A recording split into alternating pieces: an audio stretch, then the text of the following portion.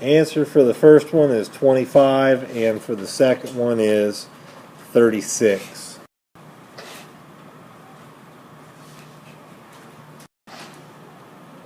Everybody had this one right. The answer is 38. Pick a number from 1 to 5.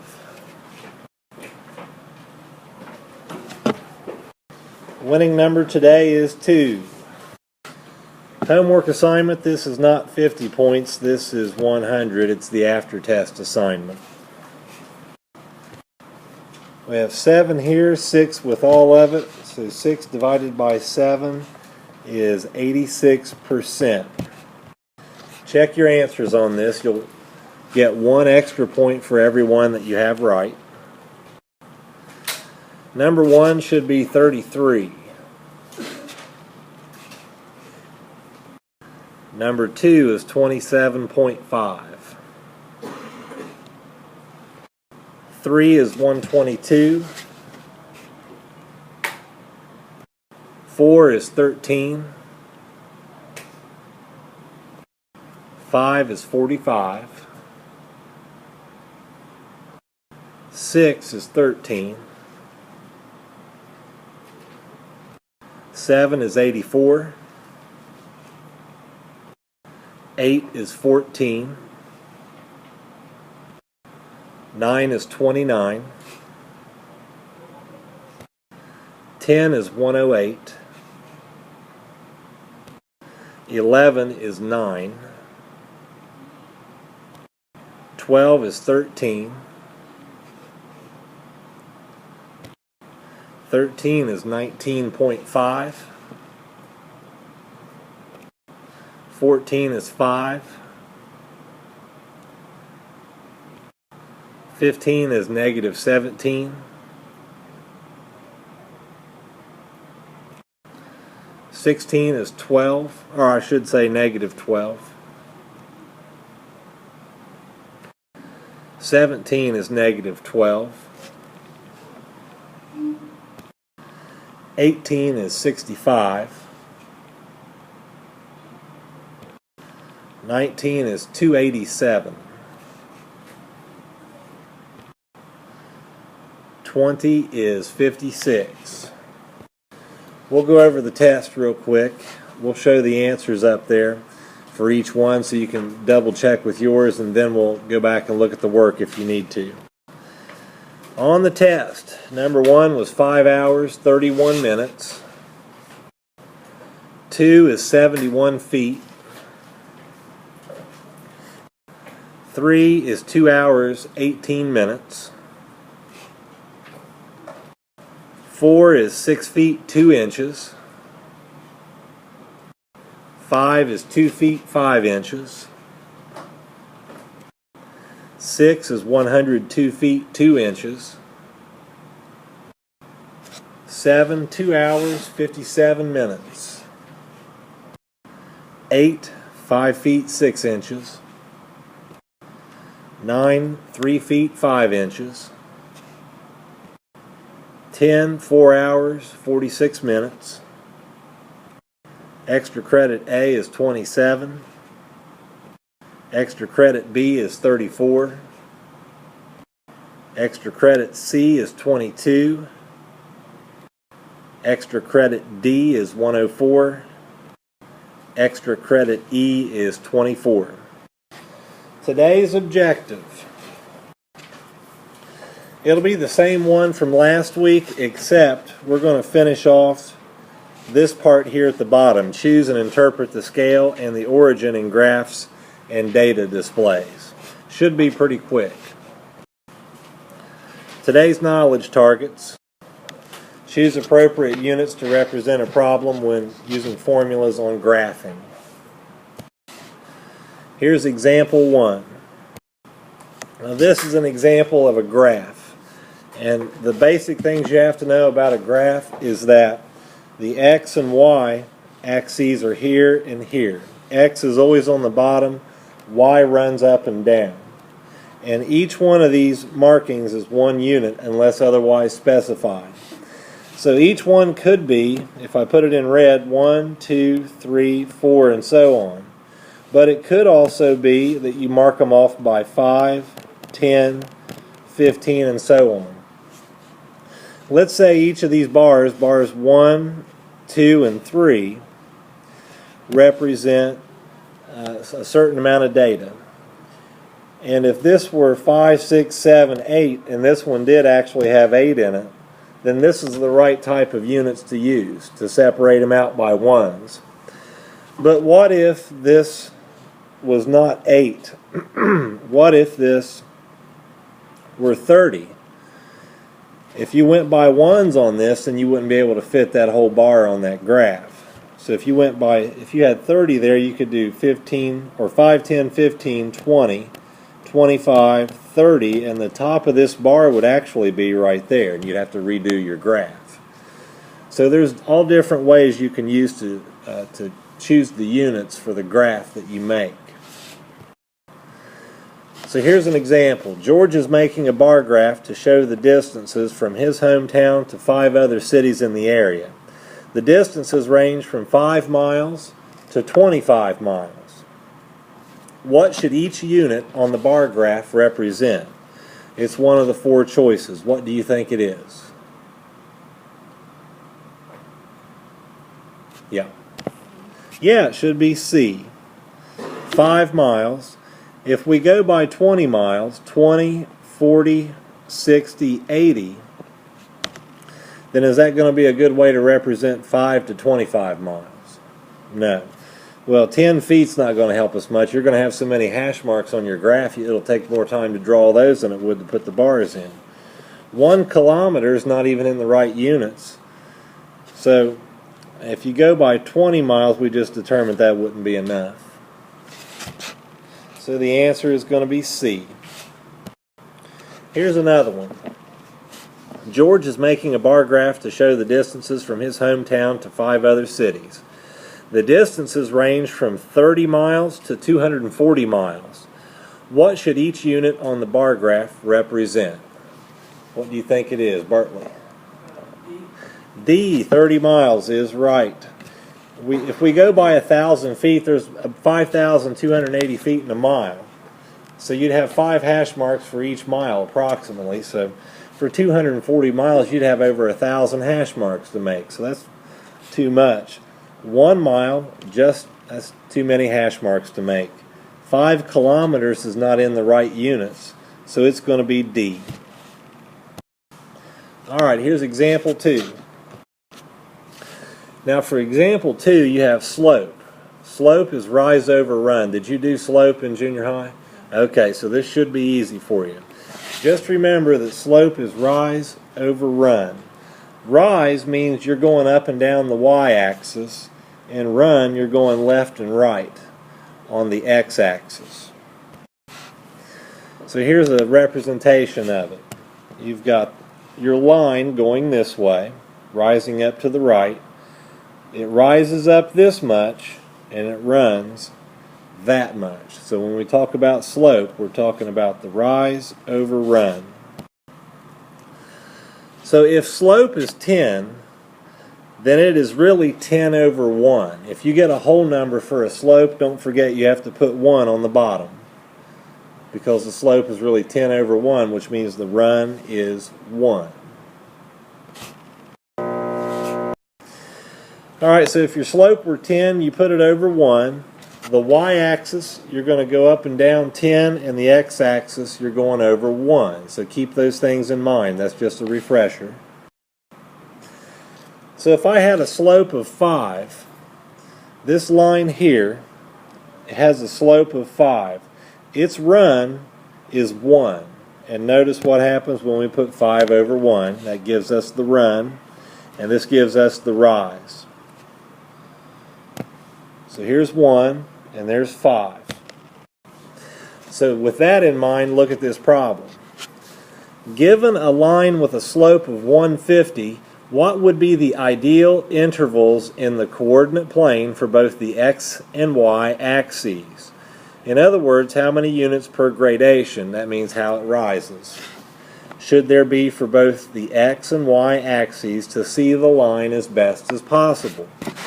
So if I've got a line where the slope is 150, it's almost straight up. Something like that.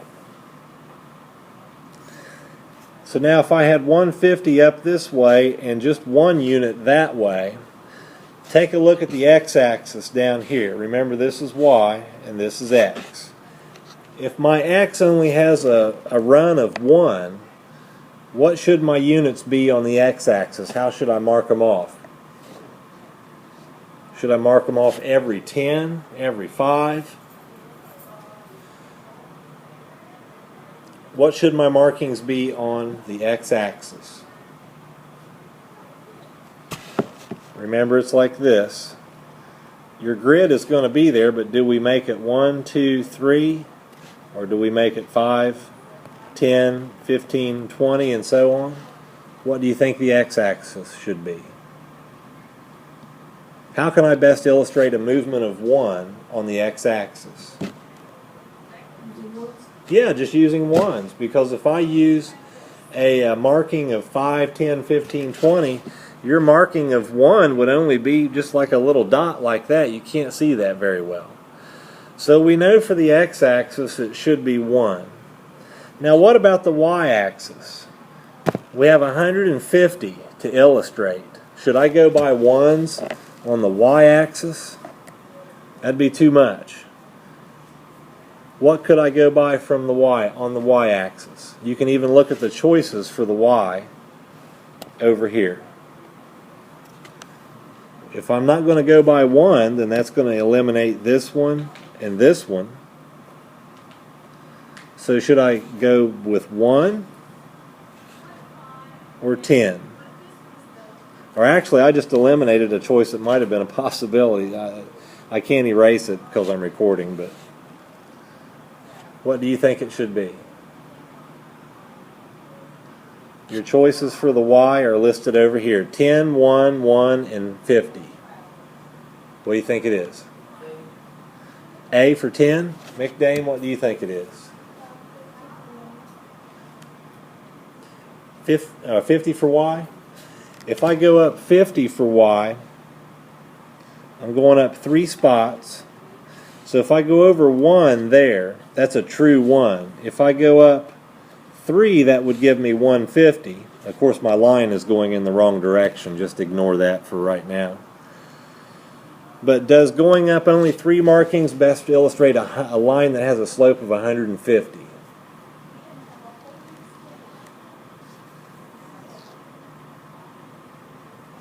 If we went 10 for y, I think it would best illustrate it.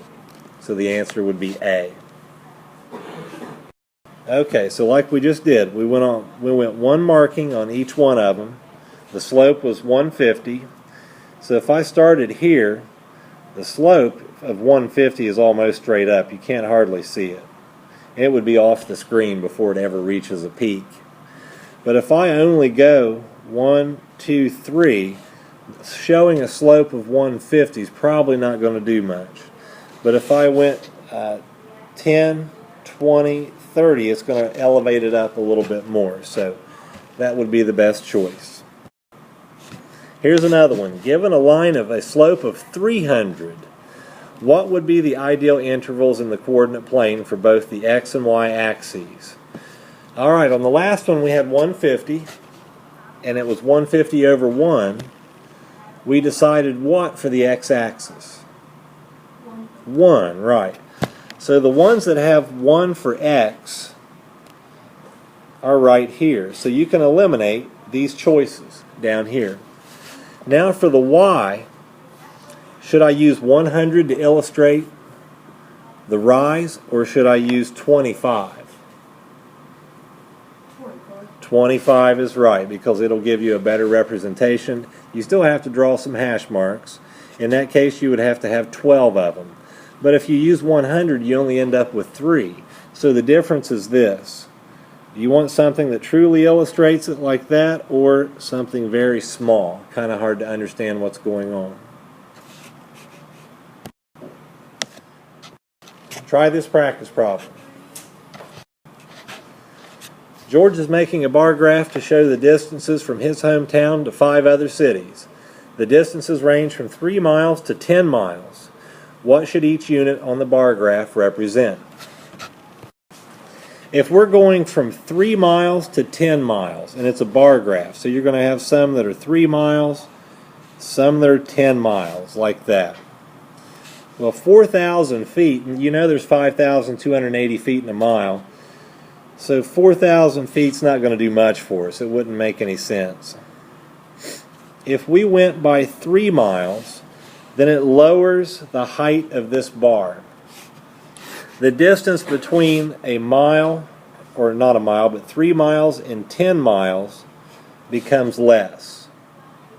1,000 yards won't even make any sense in this problem, so 1 mile is going to be your best bet for D. Practice 2. Given a line with a slope of 5, what would be the ideal intervals in the coordinate plane for both the x and y axes? Our slope is 5 this time. So if we have a graph like this, and we're marking off these hash marks, a slope of 5 means it's going to have a run of that, and then it's going to rise up 5. Alright, so if on the bottom, if we just have 1, our unit markings should just be 1, so eliminate answers that make no sense, and keep the ones that have 1 for x.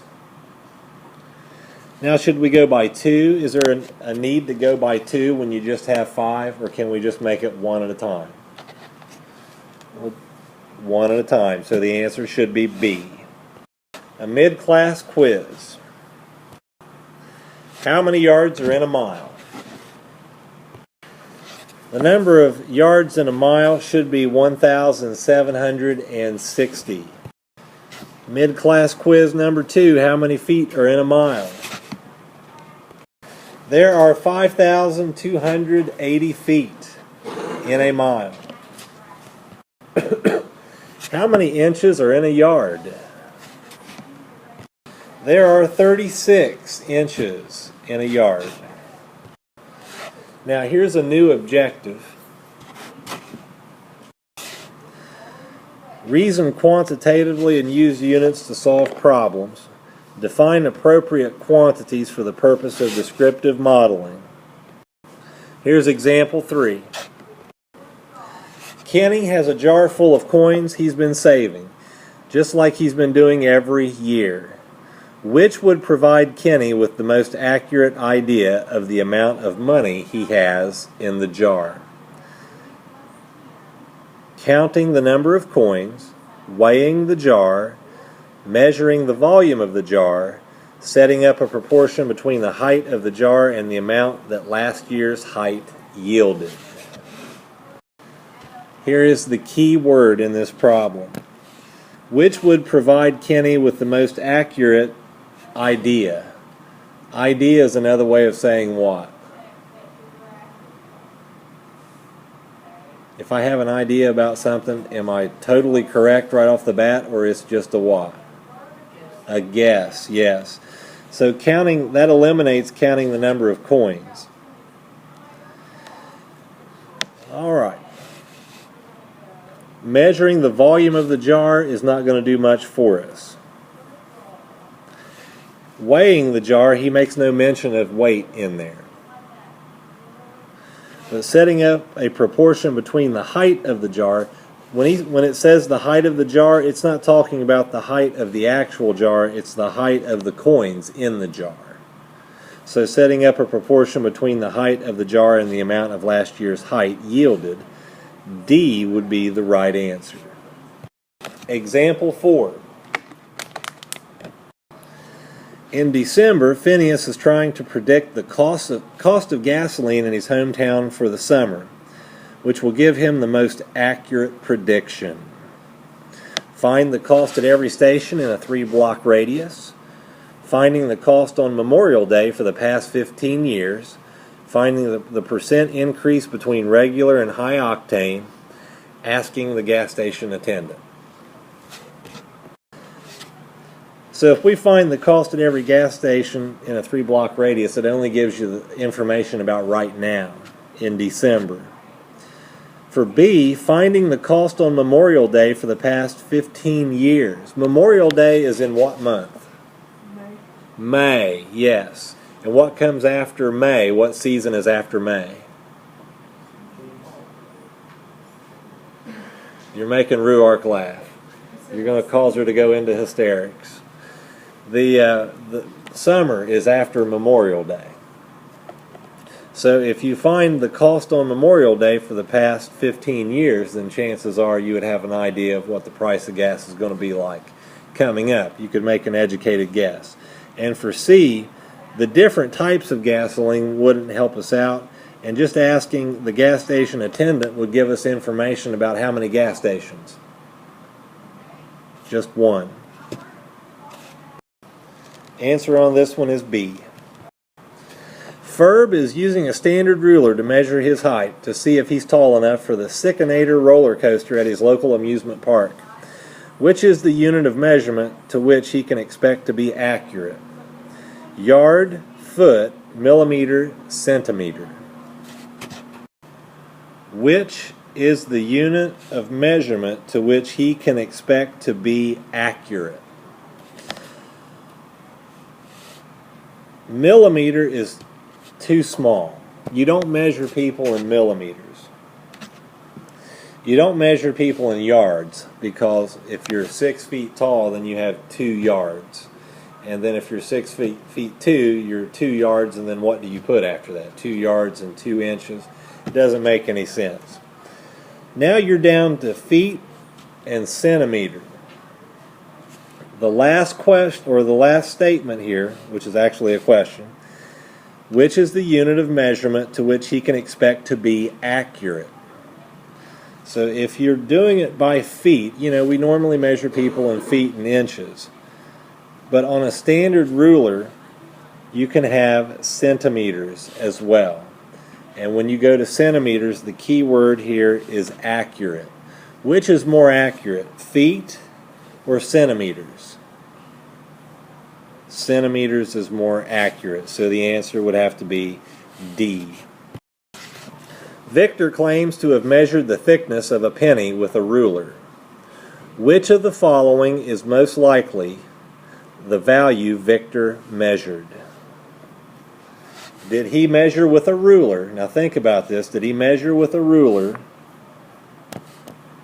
0.061 inches? Can you measure 0.061 inches with a ruler? No, so we'll knock that one out. What about 1.55 millimeters? Can you be accurate to 2 decimal places with a ruler for millimeters? No. What about 1.5 inches? How thick is a penny? Is it 1.5 inches thick? That'd be a heavy penny. Answer is D. Answer should be D, 1.5. Practice number 3. Drop this off. John has 25 apple trees on his property. When it is time to pick the apples, what unit of measurement would be most appropriate? Your choices for this are A, pounds, B, tons, C, ounces, D, bushels. Start eliminating answers. 25 apple trees. I have just one apple tree at my house, and I've already picked 6 buckets of apples. So ounces is probably not going to be good for 25 trees. Is tons going to be good for apples? That's 2,000 pounds. I don't doubt that you could get 2,000 pounds of apples at some point, but do you measure fruit that you pick in terms of tons? Not normally. Pounds? That's a lot of pounds, though. For one bucket at my house, I'm probably looking at 30 pounds at least for one bucket of apples. What do we normally measure apples in? And anything else that you usually grow and pick?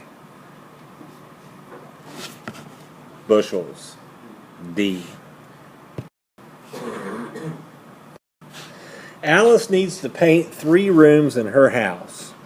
What quantity for the amount of paint needed should be used? Ounces, pints, quarts, or gallons? Ounces is clearly not going to be enough. Is 1 pint of paint enough to paint 3 rooms? No. What about a quart? Is a quart of paint enough? No. So it's going to be gallons, D. Homework for tonight. You have 2 pages. This is page 1. And then you have page 2.